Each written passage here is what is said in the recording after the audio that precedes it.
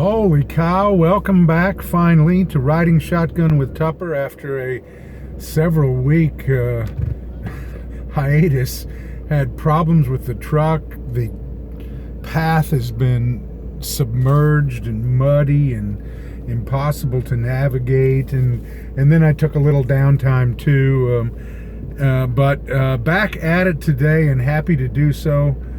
Thanks for those of you who have been patient and asking when Riding Shotgun will return. Well, here it is, and we haven't talked about a lot of things, so we got a lot of catching up to do.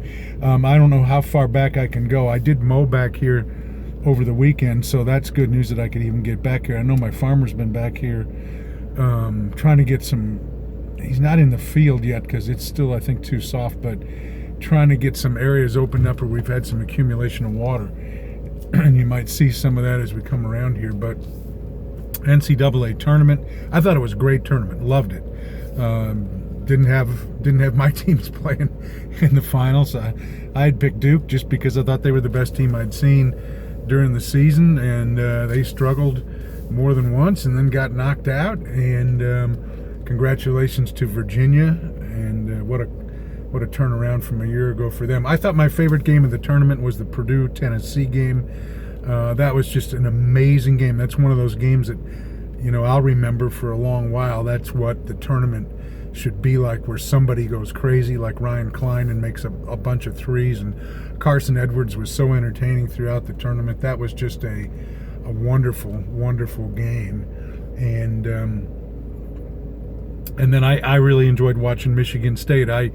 I'm a big Cassius Winston fan, and I see where he's decided he will definitely be back. That should make them awfully difficult next season, maybe a preseason number one.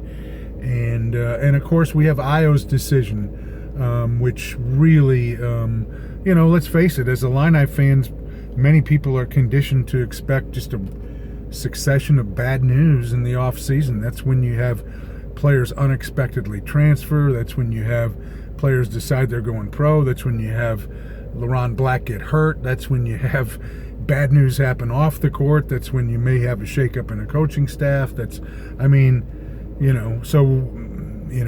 year I heard that narrative from a lot of people. Ayo's going to leave, watch and see. We'll hear right away about transfers. Tevian will leave. Alan Griffin will leave. It'll be bad news there. Then there was this word that there was some internal investigation into Brad Underwood's coaching methods, and really all the news has been pretty darn good. Brad was cleared with that, a pretty sound endorsement from his boss, Josh Whitman. Ayo comes out last Thursday with a video tweet in which he says, I'm not even going to put my name in the draft. I'm going to get to work right now. We've got unfinished business. Illinois needs to be back in the big dance, and I'm going to help us get there. We're all ready for that. Let's get to work. Let's go. I thought it was from an Illini fan perspective, it was the perfect message at the perfect time to really set a tone for the work that can get done in the postseason. And I think a lot of people were grateful. Look, if he stays 2 years and they get back in the tournament, he'll have one of the greatest 2-year legacies ever at Illinois. A kid who really took a chance on Illinois by coming in the first place. Certainly didn't have to. Chicago kids coming to Illinois was not like the raging popular call at the time. He did it, blazed that trail on his own, decides to stay and not even get involved in the draft conversation, and then were to come back and really kind of lead the way. He's got things to work on in his game. I think he sees that. Most players do. So I just, hats off to him. A great message at a great time. And, I tell you right now, and I know I'm a glass half full guy, but, if the news stays positive here in the rest of the off season, and remember too that they have a trip to Italy this summer, which is a great thing, I believe. I would not want to underestimate this group. I think they have a chance to be way better than people think.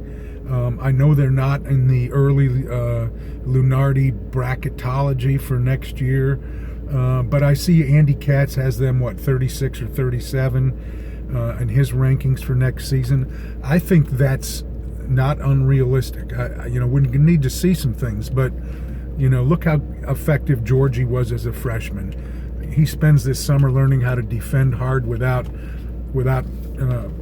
walking into foul trouble all the time. That would be awesome. Ayo works on some aspects of his game.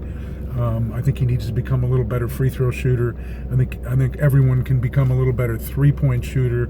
I think he needs to work on the left side of his game and maybe a little pull-up jump shot or something in the mid-range category there.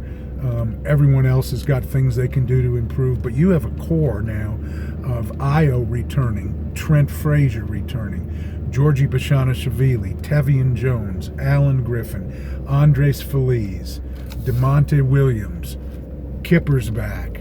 We're going to see, we assume, hopefully, Kofi Cockburn arrive, Bernard Kuma arrive. I don't know what's going to happen with Samba Kane or with Higgs. Are they both back? Is either back? Is neither back? I'm still kind of got hopes for Samba. We've never seen Higgs. I don't know what his medical situation really is regarding his foot, but it certainly sounds like Illinois is recruiting as though there's going to be more spots open. So, man, I'm really excited about it. I plan to get over there some and try to peek in this summer as they work out. They're working out now individually, and it's just going to be, I think, with a greater understanding of what Brad's doing, I think it's going to be a lot of fun. And I'm very, very excited about that, and hopefully the progress they make this summer will translate onto the court. It should be a more manageable schedule this next year. Brad has promised more home games.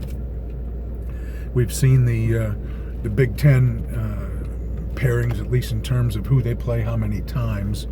And I think I have to turn around up here because I think I mowed back to here and then could see a lot of water in the pathway through here. Let's see what it looks like today. Oh God, can I get through?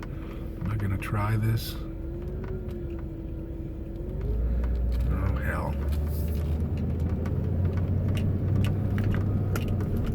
Give it a shot. A little higher ground up here.